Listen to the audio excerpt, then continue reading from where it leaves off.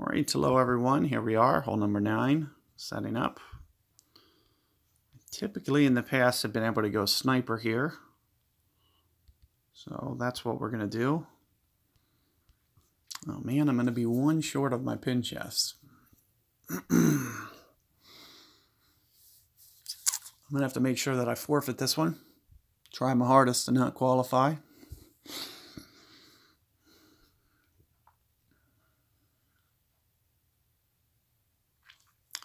I have no intentions of playing this tournament, so it'd be nice to get out. I'm just putting together these guides for you guys today, and then just sitting out. So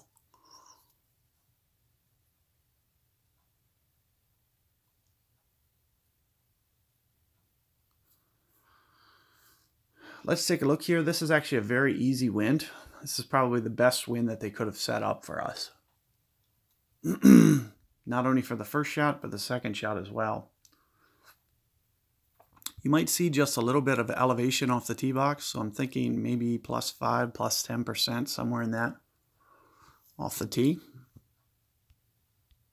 Oops, that's not the one I wanted.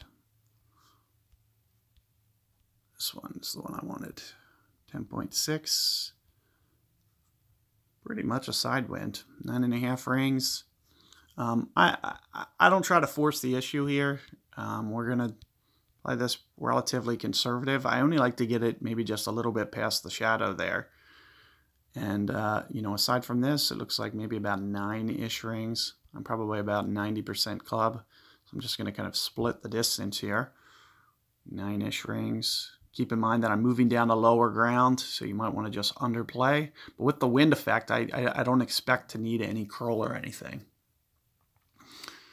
And it's because of, you know, secondary wind effect pushing the ball towards the left-hand side. As I mentioned, you just need to get it past the shadows. And, you know, the more that you keep this kind of towards the right, the easier and less shut off you put yourself, you know, behind these trees. But with this wind, it's actually the perfect wind for us to be able to get very, very aggressive. What you'll want to do on this is just try to master the wind effect. You'll see that you'll be able to consistently put it out towards that drive. You know, a POC 4, a POC 5 could get out to where I just did very, very easily.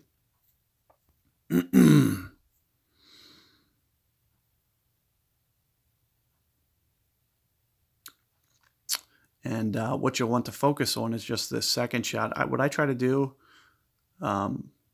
is pretty much just try to figure out my ball guide offset and, you know, try to get in the ballpark. It's going to be significant. It's probably going to be about 4 grids with this shot.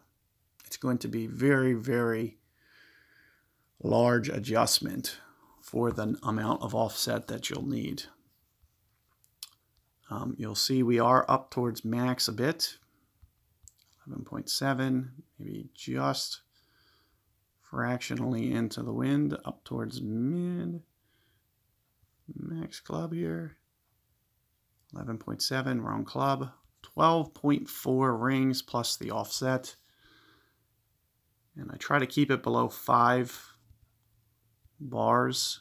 So I'm thinking somewhere around here for a starting point. And 12.4 on the rings. It might be just a little bit heavy. I may have gone maybe, you know, 12.8 rings. And here you can see that it's cutting in just it's a bit heavy. You know, and I was a little zoomed out there too. I also think I overcorrected, as I mentioned. I think I went about a ring too much. Not to mention, you know, with the slider positioning, you know, it was all kind of just a guess as to where I was. And it actually appears that after I actually put my spin on, I ended up pulling back even more. So I may not have even been to that wherever, you know, 80-ish% that I put it. I might not have even. Other thing that I have is this +5 one here. I'm not even sure this needs to be there. So, you know, it might be just smarter. As you can see, my adjustment there showing right around 1 per ring is if you could get it to a consistent spot, you could just kind of use 1 per ring kind of as your adjustment and just tweak your ball guide offset. As you could see, my ring adjustment, I don't know why I had +5. Oh, you know what? It was from the T-Box. So I was still using the +5 from the T-Box. I forgot to reset my elevation, and you know, that's why I ended up overcorrecting there. Not to mention, I also pulled back farther than I thought.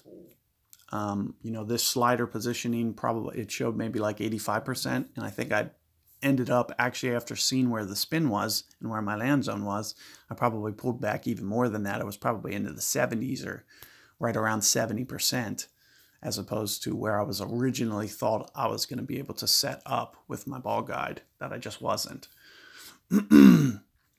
So in any regard, you know, it's going to be a great chance for albatross there. Just keep in mind wind effect, and, you know, also just try to make sure that, you know, you kind of got the adjustment that you want in there for that shot. Don't, you know, put in elevation, be like me. So good luck there, and I'll get you guys a, you know, good revisions coming up after these, after I upload these. So catch you guys later.